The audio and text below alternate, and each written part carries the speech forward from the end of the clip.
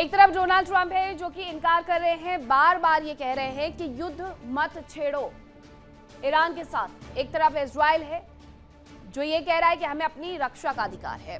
अब सवाल पहला ये है कि दोनों की मजबूरी है या फिर ये दोनों ये एक अलग अलग सोच के तहत अगली रणनीति पर बढ़ रहे हैं।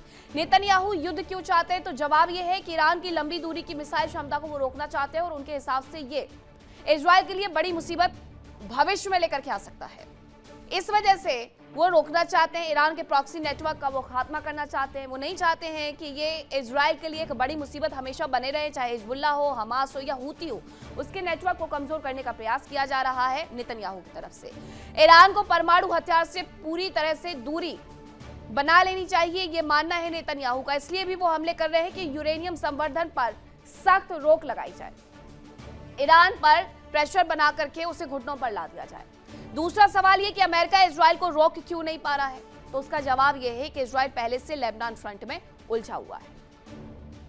वहीं हिजबुल्लाह के लगातार हमले भी हो रहे हैं, इसलिए भी इजराइल को बार बार जवाब देना पड़ रहा है और जवाब ना देने पर घरेलू राजनीति पर भी भारी दबाव पड़ेगा नेतन्याहू के लिए। इस युद्ध की वजह से वैसे भी उन्हें भी कोई बहुत ज्यादा पसंद नहीं कर रहा है, लेकिन वो इसे अपने अस्तित्व की लड़ाई बताते हैं, इजराइल के अस्तित्व की लड़ाई बताते हैं, इसलिए वो इस युद्ध को जारी रखते हैं।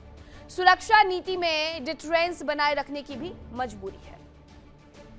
दूसरी सवाल यह है कि परमाणु समझौते की बात कहां तक पहुंची। जवाब यह है कि ईरान के पास नया समझौता प्रस्ताव विचाराधीन पड़ा हुआ है। डोनाल्ड ट्रंप चाहते हैं कि 20 साल के लिए इस समझौते को किया जाए, 20 साल तक के लिए परमाणु कार्यक्रम को पीछे धकेला जाए और ये ईरान को मंजूर नहीं है। वहीं शर्तों पर अंतिम फैसला ईरान के रुख पर निर्भर करता है कि वो 20 साल वाले कार्यक्रम को मानेगा या नहीं मानेगा। अमेरिका ने संशोधित ड्राफ्ट ईरान को भेजा है। अब वहीं समझौते में कहां पर फंसा हुआ है पेच, जवाब यह है कि ईरान चाहता है कि प्रॉक्सी मुद्दे भी डील में शामिल हो जाए, ताकि उसके लिए यह बड़ी मुसीबत मिडिल ईस्ट से पूरी तरीके से समाप्त हो जाए। वहीं ईरान की मांग है कि लेबनान, यमन, गाजा पर भी समझौता हो जाए, यहां पर कोई हमले ना हो। एक देश ये चाह रहा है कि जितने भी प्रॉक्सी ईरान ने खड़े किए हुए हैं उनको या तो मिटा दिया जाए या उनसे बातचीत हो जाए। ईरान ये चाह रहा है कि उसके प्रॉक्सी को किसी भी तरीके से कोई भी नुकसान ना पहुंचे, उनसे भी बातचीत हो। दोनों चाहते वही हैं, लेकिन उन्हें यह स्वीकार करना होगा कि वो इजराइल पर हमला नहीं करेंगे। दूसरी तरफ एनरिच्ड यूरेनियम अपने पास रखने की जिद अमेरिका लेकर के बैठा हुआ है, इसलिए भी ये पेच फंसा हुआ है बातचीत में। तो ये थे उनके सवाल और ये है उनके जवाब के फ्रीज की गई रकम पहले रिलीज करने की मांग है। डोनाल्ड ट्रंप उस बात से इनकार कर रहे हैं, वो मना कर रहे हैं। अमेरिका का स्टैंड है कि साइन के बाद ही हम कोई रियायत देंगे, पहले आप समझौता कर लीजिए, उसके बाद हम देखेंगे कि रियायत देनी है या नहीं। पांचवा सवाल ये कि युद्ध फिर शुरू हुआ तो आखिरकार आगे क्या होगा, उसका जवाब यह है कि बाब अल मंडेब स्ट्रेट पर दबाव बढ़ सकता है, हूती उसे कभी भी बंद कर सकते हैं, समुद्री मार्ग पर संकट आ सकता है। 15% से ज्यादा का व्यापार इस रूट से होता है, वैश्विक व्यापार का लगभग 15% इसकी वजह से प्रभावित होगा। स्ट्रेट ऑफ हॉर्मुज में नाकेबंदी और ज्यादा मजबूत होने की आशंका बढ़ जाएगी। तेल और सप्लाई चेन पर इसका बड़ा असर देखने को मिलेगा, बड़ा झटका होगा, क्योंकि हॉर्मुज बंद है और बाब अल मंडेब को भी बंद कर दिया गया तो टोटल दोनों तरफ से 35% का बिजनेस ठप पड़ जाएगा और ऊर्जा संकट और ज्यादा गहरा आ जाएगा। वहीं हूती विद्रोहियों ने इजराइल पर एक बड़ा हमला कर दिया, ये जानकारी मिल रही है। यमन के विद्रोहियों ने इजराइल पर मिसाइल से अटैक कर दिया है। फिलिस्तीन के समर्थन में यह हमला किया गया है। लाल सागर में इजराइल से जुड़े नेविगेशन को रोका गया है। फिलिस्तीन के समर्थन में यह हमला किया जा रहा है हूतियों की तरफ से, लेकिन उनकी तरफ से पहले ही यह कहा गया था कि इजराइल और अमेरिका के जो जहाज है वो बाब अल मंडेब से वो गुजरने नहीं देंगे, लाल सागर से वो गुजरने नहीं देंगे और हूती विद्रोहियों का लाल सागर पर पहले से ही दबदबा माना जाता है। ऐसे में उन्होंने अपनी एक्टिविटी को फिर से शुरू कर दिया है और इजराइल पर एक बड़ा हमला किया है। यमन के विद्रोहियों ने इजराइल पर मिसाइलें दाग दी हैं। दूसरी तरफ वो प्रेशर भी बना रहे हैं कि लाल सागर से होकर के ना तो अमेरिका के जहाज गुजरने देंगे और ना ही इजराइल के जहाज गुजरने देंगे और हमला भी कर रहे हैं। हूती, हमास, हिजबुल्लाह पहले से साथ में खड़ा हुआ है और 7 अक्टूबर 2023 के बाद से लगातार इजराइल से लड़ भी रहा है। और इन सब के बीच में जब ईरान का मामला सामने आया है तो सब जब ईरान के ही प्रॉक्सी हैं तो ईरान के लिए लड़ना कैसे वो छोड़ सकते हैं। मैं एक और खबर आपको बताती हूँ। इजरायली डिफेंस फोर्स की लेबनान के नागरिकों को चेतावनी सामने आई है कि तुरंत इलाका खाली करें लेबनानी।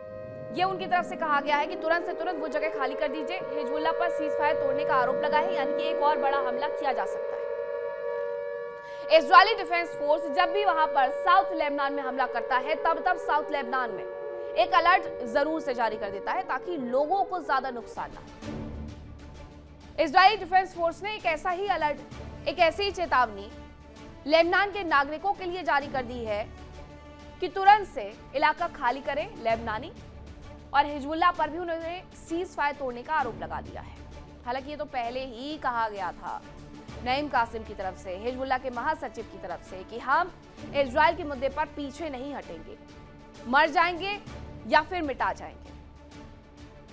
अब आगे बढ़ते हैं, बात करते हैं रूस यूक्रेन, क्योंकि दुनिया की कूटनीति में एक बार फिर से वो हलचल देखने को मिल रही है जिसने सुपर पावर अमेरिका के रणनीतिक दफ्तरों में बत्तियां जला दी हैं।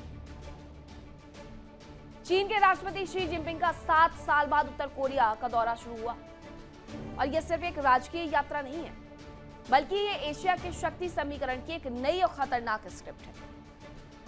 प्योंगयांग की गलियों से लेकर के वॉशिंगटन और टोक्यो के वॉर रूम्स तक आज सिर्फ एक सवाल गूंज रहा है कि क्या शी जिनपिंग ने कोरियाई मोर्चे पर अमेरिका को घेरने के लिए नई शतरंज बिछा दी है, और इसके साथ ये रशिया और यूक्रेन को किस तरीके से प्रभावित करेंगे, अमेरिका, ईरान और इजराइल को किस तरीके से प्रभावित करेंगे, इस रिपोर्ट में देखिए।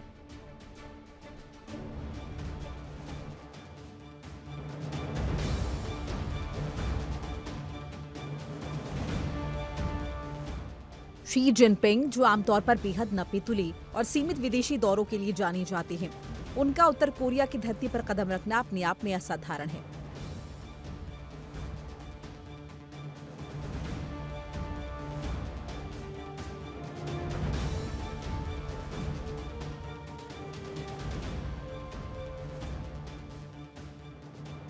ये सिर्फ एक कूटनीतिक औपचारिकता या हाथ मिलाने की तस्वीर भर नहीं है, बल्कि बीजिंग की तरफ से दिया गया वो रणनीतिक संकेत है कि वो अपने पुराने प्रभाव क्षेत्रों को फिर से पूरी ताकत के साथ सक्रिय करने के मूड में आ चुका है।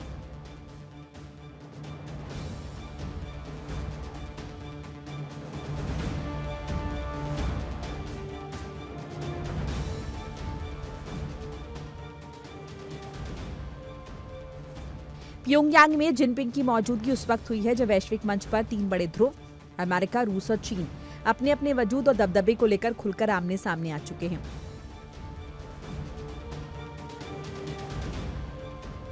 इस पूरी कहानी में एक बहुत बड़ा ट्विस्ट है, और वह ट्विस्ट है रूस।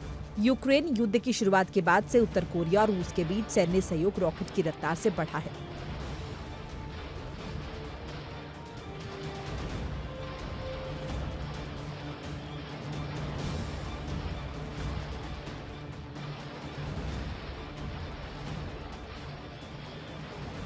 हथियारों की सीक्रेट सप्लाई से लेकर सैनिकों के तालमेल तक, इस नई मॉस्को प्योंगयांग साझेदारी ने अमेरिका को तो डराया ही है, लेकिन साथ ही बीजिंग के कान भी खड़े कर दिए हैं। और यही वो वजह है जहां शी जिनपिंग का ये मास्टर स्ट्रोक समझ आता है।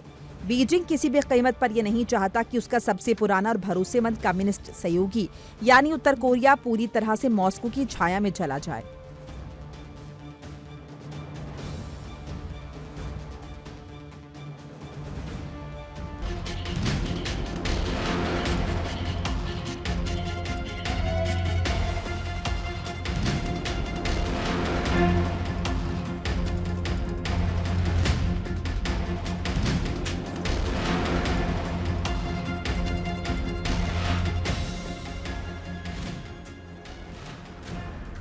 शी जिनपिंग ने खुद अपने बयान में चीन उत्तर कोरिया के रिश्तों को खून से बनी दोस्ती का नाम दिया है। इंटरनेशनल पॉलिटिक्स में ये महज कोई भावनात्मक भाषा नहीं, बल्कि कड़ा रणनीतिक संकेत है। संकेत यह कि चीन अपने इस ऐतिहासिक बफर जोन को किसी भी कीमत पर खोने नहीं देगा। भले ही रूस और चीन दुनिया के सामने पक्के साझेदार दिखते हों, लेकिन उत्तर कोरिया पर अपना होल्ड बनाए रखने के लिए दोनों के बीच एक साइलेंट कंपटीशन यानी मौन प्रतिस्पर्धा चल रही है। रूस ने हाल के सालों में प्योंगयांग के साथ जो रक्षा सहयोग बढ़ाया, उसे चीन की पारंपरिक डोमिनेंस पोजीशन पर हल्का दबाव बना था, और जिनपिंग का ये दौरा उसी दबाव को बैलेंस करने की बड़ी कोशिश है।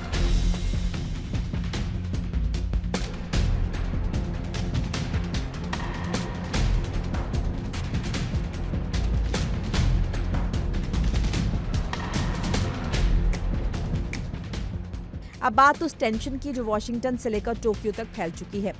अमेरिका जापान के लिए मुलाकात किसी रणनीतिक चेतावनी से कम नहीं है। उत्तर कोरिया के पास पहले से परमाणु ताकत है।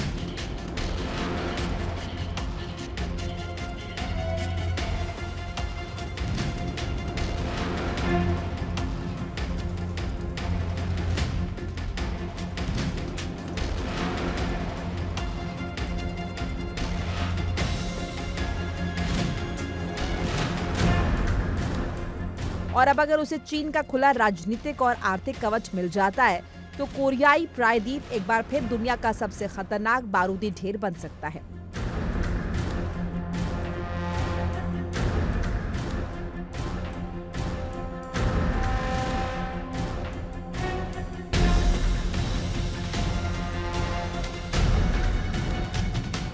अमेरिका की सबसे बड़ी चिंता यह है कि अगर बीजिंग प्योंगयांग की ये धुरी और मजबूत होती है तो इंडो पैसिफिक रीजन में अमेरिका का पूरा डिफेंस सिस्टम और सुरक्षा समीकरण पूरी तरह चरमरा जाएंगे।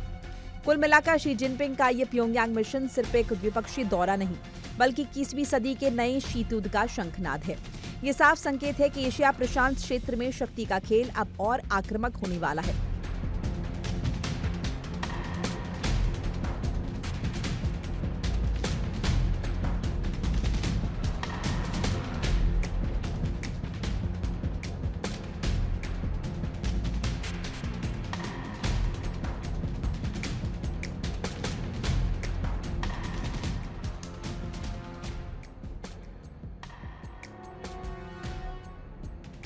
जहां एक तरफ अमेरिका और उसके साथ ही इंडो पैसिफिक में घेराबंदी कर रहे हैं, दूसरी तरफ चीन ने अपने सबसे आक्रामक मोहरे को आगे बढ़ा दिया है।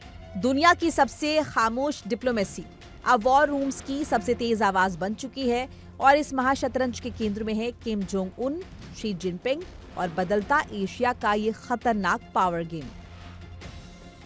Bureau report, India daily. देखिए इंडिया डेली 24/7 अब आपके स्मार्ट टीवी पर। इंडिया डेली मौजूद है सभी डिजिटल प्लेटफॉर्म पर लाइव और लगातार। इंडिया डेली 24/7 हर दिन राष्ट्र को समर्पित।